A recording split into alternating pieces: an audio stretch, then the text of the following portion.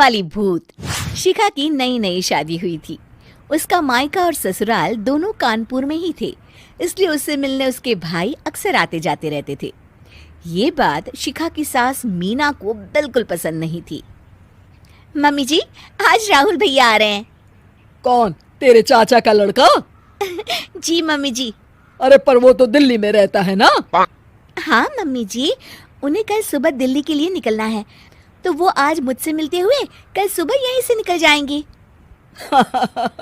हमने तो धर्मशाला खोल रखी है ना। कुछ कहा क्या मम्मी जी? मैंने कहा हाँ हाँ, आने दे तेरे भैया को, जमकर खातिरदारी करेंगे। अब तो कुछ करना ही पड़ेगा, इससे पहले कि मेरा घर धर्मशाला बन जाए। ये कैसी बातें कर रही हो मीना? सच ही तो कह रही हूँ। अभी इसकी शादी को साल भर भी नहीं हुआ और आए दिन इसके घर वाले आ धमकते हैं। अरे तो क्या हुआ, वो इसी शहर में रहते हैं तो हाल चाल लेने आ जाते हैं। इस बार मैं उनका हाल और चाल दोनों ही बिगाड़ दूंगी। अब बहुत हो गया जी। अरे ये कैसी बातें कर रही हो, हे भगवान। बस आप तो देखते जाइए। शाम को राहुल आता है। नमस्ते आंटी, कैसे हैं आप लोग? हम लोग तो ठीक है, तुम कैसे हो बेटा? मैं भी अच्छा ही हूँ आंटी। बस आज रात के बाद नहीं रहोगे। चलिए भैया, मैं आपको हमारा घर दिखाती हूँ। रात में खाने के टेबल पर शिखा, रोहित कहीं दिखाई नहीं दे रहा। जी भैया, वो ऑफिस के काम से बाहर गए हैं, कल शाम तक आएंगे। अच्छा अच्छा। बेटा, क्या तुम भूत प्रेत में मानते हो? नहीं नहीं आंटी जी, पर अचानक आपको ये ख्याल कहाँ से आ गया? पता नहीं क्यों, कभी कभी मुझे लगता है जैसे रात के समय बैठक में कोई घूमता रहता है। ये आप क्या कह रही हैं मम्मी जी? हाँ, तुम लोग घबरा ना जाओ, इसलिए मैंने आज तक इस बारे में कुछ नहीं कहा। ये आपका वहम होगा आंटी जी, ऐसा कुछ नहीं होता। हो सकता है। चलो अब मेरा सोने का टाइम हो गया है तो चलती हूँ मैं। शिखा बेटा, राहुल के सोने की व्यवस्था वहीं दीवान पर कर देना। जी पापा जी। अब चलिए भी। अच्छा, तो बैठक में सोने वाले हैं साहबजादे। क्या बड़बड़ा रही हो? कुछ नहीं, आप सो जाइए। मीना और महेश के सोने के बाद शिखा और राहुल आपस में बात कर रहे होते हैं, तभी डोरबेल बजती है। अरे आप! सरप्राइज! काम जल्दी खत्म हो गया तो मैं आज ही चला आया। ये तो बहुत अच्छा किया। देखिए राहुल भैया भी आए हुए हैं, आप दोनों का मिलना भी हो जाएगा। कैसे हो रोहित? मैं तो ठीक हूँ भैया। शिखा, मैं भी आज यहीं सो जाता हूँ, राहुल भैया से बातचीत भी हो जाएगी। अच्छा अच्छा, ठीक है। मीना आधी रात को उठती है, कंबल मुंह से पैर तक ओढ़ के डंडा लेके बैठक में आती है और देखती है दीवान पर चादर ओढ़े कोई लेटा हुआ है। देखो तो कैसे मजे से सो रहा है बहन के ससुराल में। मीना ताबड़तोड़ 4-5 डंडे मार देती है। अरे मर गया, अरे बचाओ बचाओ, कौन है? मीना जल्दी से अपने कमरे में भाग जाती है। हे भगवान, ये मैंने क्या किया? ये रोहित कहाँ से आ गया? लगता है ये नालायक राहुल मेहमानों वाले कमरे में सो गया होगा। आज तो इसकी खैर नहीं। उधर बैठक में, अरे क्या हुआ रोहित? मैं बाथरूम में था, तुम्हारे चिल्लाने की आवाज सुनी। पता है भैया, मैं सो रहा था, अचानक से कोई आकर मुझे डंडे मारने लगा। ये क्या कह रहे हो? लगता है तुम भी आंटी की तरह भूत प्रेत में मानते हो। नहीं नहीं भैया, सच में कोई आया था। मैं तो जा रहा हूँ मेहमानों वाले कमरे में सोने के लिए। इस समय अपने रूम में जाऊंगा तो शिखा की नींद खराब हो जाएगी। ठीक है भाई, जाओ तुम, जहाँ तुम्हारा भूत डंडा लेके ना आ सके।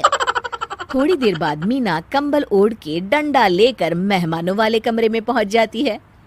वो बिस्तर पर सोए रोहित को फिर डंडों से मारने लगती है। अरे मर गया, अरे मर गया। तू भूत प्रेत में नहीं मानता ना? ये ले, अब डंडे खा। हैं? ये तो माँ की आवाज है। रोहित कंबल खींच देता है। बेटा तू! अरे ये क्या कर रही हो माँ? मार मार के मेरा भरता बना दिया आपने। हाय, माफ कर दे मेरे लाल, मैंने तो तुझे ही मार मार कर लाल कर दिया। मैं तो उस राहुल के बच्चे को सबक सिखाना चाहती थी। राहुल भैया को? हाँ बेटा, मुझे लगा अगर उसे डंडे मारूंगी तो शिखा के मायके वाले यहाँ आना छोड़ देंगे। हे भगवान, माँ, ये घर शिखा का भी है, उसके घर वाले जब चाहे आ सकते हैं। हाँ बेटा, आज मुझे भगवान का इशारा समझ में आ गया। मैं कितना गलत करने चली थी और अपने ही बेटे को चोट पहुंचा दी।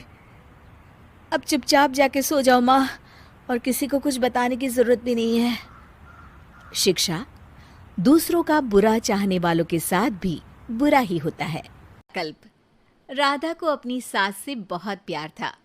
मम्मी जी, आपकी साड़ी कितनी प्यारी लग रही है, काश मैं भी आपके जैसी साड़ी पहन पाती। अरे बेटा, हमारे जमाने में तो साड़ी ही चलती थी। तू क्या करेगी साड़ी पहनकर? दिन भर भागा दौड़ी करती है, साड़ी कंफर्टेबल नहीं फील कराएगी। तू तो ऐसे ही जचती है बेटा। राधा सास को लेकर घूमने जाती, सैर करती और उनसे खूब बातें किया करती थी। एक दिन, अरे राधा और माँ सुनो, अब हम लोगों को बम्बई चलना पड़ेगा। मेरी नई नौकरी वहीं लगी है। अरे वाह माँ, कितना मजा आएगा ना। अरे नहीं नहीं, मैं नहीं जाऊंगी। बड़ा शहर, बड़े लोग, मेरा दिल नहीं लगेगा। अरे माँ, मैं हूं ना आपके साथ। और सारा परिवार बड़े शहर में शिफ्ट हो जाता है। एक दिन, राधा, तू भी अब नौकरी में जाने लगी है। मैं तो बोर हो जाती हूँ। सोच रही हूँ आसपास की औरतों से दोस्ती कर लूँ। हाँ हाँ माँ, और क्या, यहाँ की औरतें तो किटी पार्टी और बहुत सी फन लविंग एक्टिविटी करती हैं। तो बेटा, 2-4 फन लविंग से मुझे भी मिलवा देना। बहू सास के साथ बाहर निकलती है तो देखती है कि सास की उम्र की जो औरतें टहल रही हैं, उनका पहनावा ओढ़ावा सास से बिल्कुल अलग है। लेकिन फिर भी राधा एक औरत को रोकती है। Hello aunty, how are you? Oh great darling. Aunty, हम लोग यहाँ नए शिफ्ट हुए हैं, ये मेरी मम्मी है, क्या ये कल से आप लोगों को ज्वाइन कर सकती हैं? वो औरत सास की तरफ बड़ी ही अजीब नज़रों से देखती है, फिर कहती है, अब ठीक है, कल से भेज देना।